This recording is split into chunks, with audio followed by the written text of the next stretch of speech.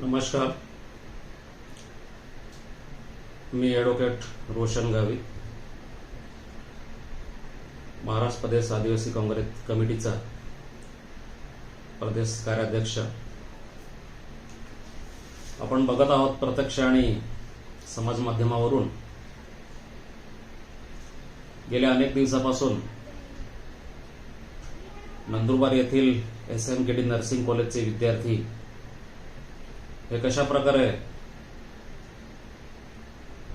या nursing college आणि त्या संस्थेच्या विरोधात आंदोलन करत आहे. हे खरे की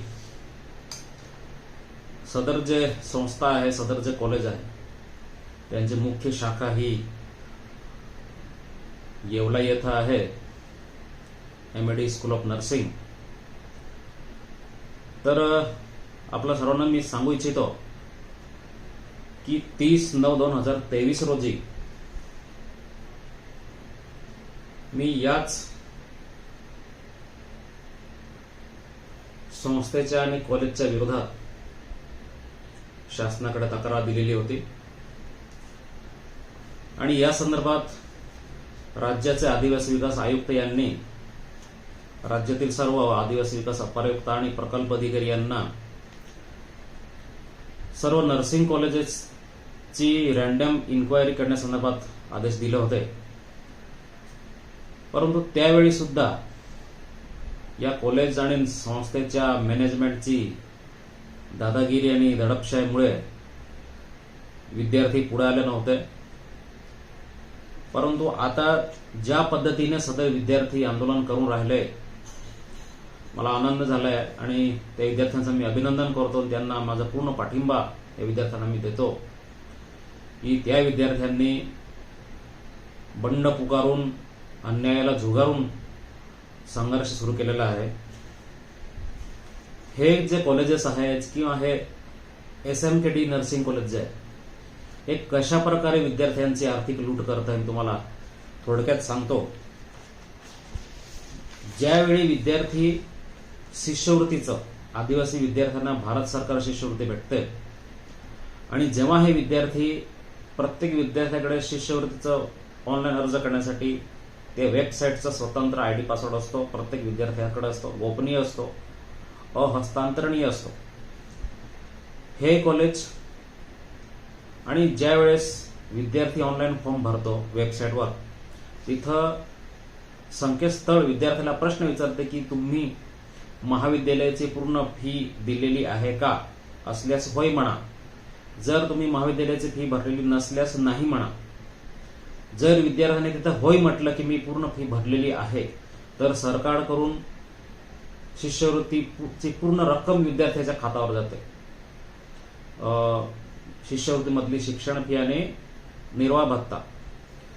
हे कॉलेज आणि हे संस्था काय करते, जबरदस्तीने प्रत्येक विद्यार्थ्याकडून त्याचं शिष्यवृत्तीचं फॉर्म भरण्याचं ID पासवर्ड आणि मोबाईलवर येणारा OTP, रजिस्टर्ड मोबाईल नंबरवर OTP घेऊन हे स्वतः कॉलेज विद्यार्थ्याचा ऑनलाईन फॉर्म शिष्यवृत्तीचं भरत असते आणि हे तिथं जाणीवपूर्वक शिष्यवृत्तीचा पैसा लाटण्यासाठी जाणीवपूर्वक तिथं हे नमूद करतात की विद्यार्थ्यांनी महाविद्यालयाची फी भरलेली नाही आणि नाही म्हटल्यानंतर शासनाकडून किंवा त्या वेबसाईटकडून पूर्ण जी शिष्यवृत्तीची रक्कम जी आहे ती महाविद्यालयाच्या खात्यावर जाते आणि विद्यार्थ्याला फक्त 2 ते 3 हजार रुपये हा निर्वाह भत्ता भेटत असतो आणि शिक्षण फी म्हणजे 80 ते 90 हजार रुपये अंदाजे हा पूर्ण महाविद्यालय त्यांच्याकडे वळवून घेत असतं.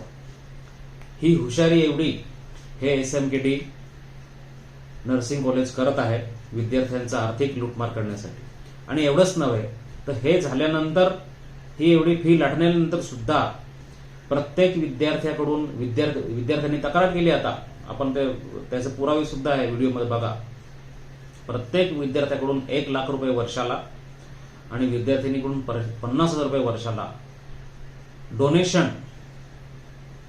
आता डोनेशन ही पद्धत आपल्यावर आहे, आपण किती महाविद्यालयाला देणार आहे आपल्या मनावर आहे.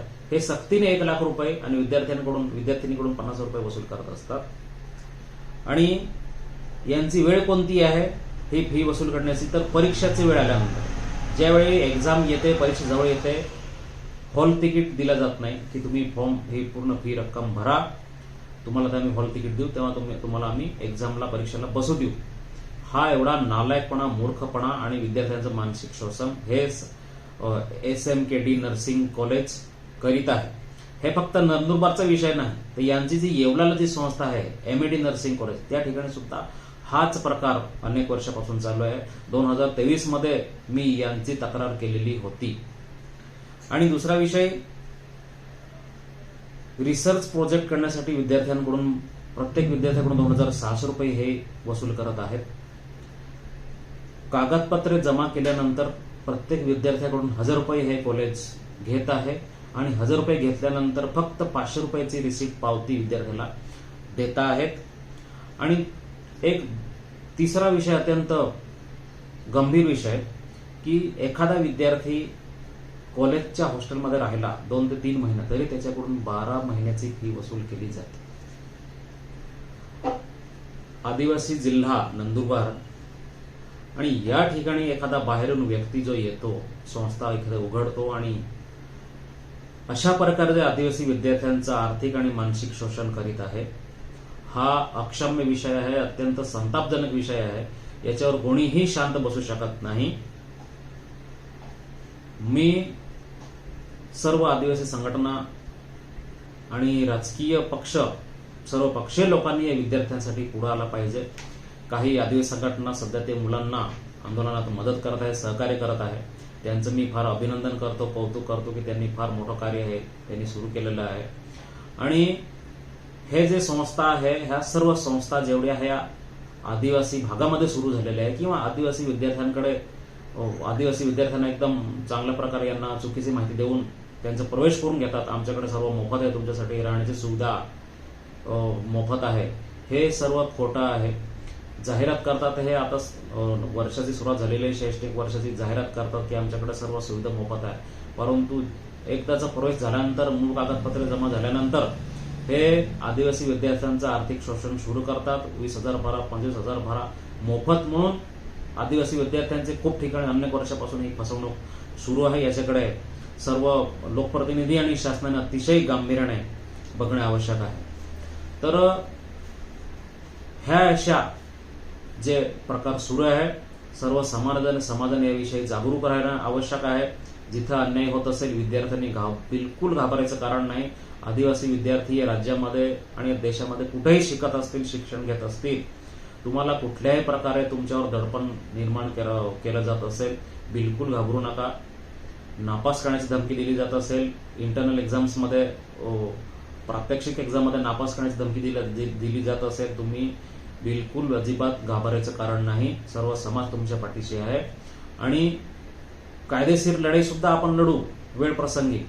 आणि सर्व नंदुरबारच्या आंदोलनामध्ये जिल्हा प्रशासन असतील आणि जिल्हा पोलीस प्रशासन आहे, यांना माझी विनंती आहे की तुम्ही विद्यार्थ्यांना न्याय मिळवून देण्यासाठी प्रयत्न करा. कारण खरोखर अतिशय संतप्त असा हा प्रकार घडत आहे. या कॉलेजकडून शिक्षण देण्याचा यांचा कोणताही हेतू नाही.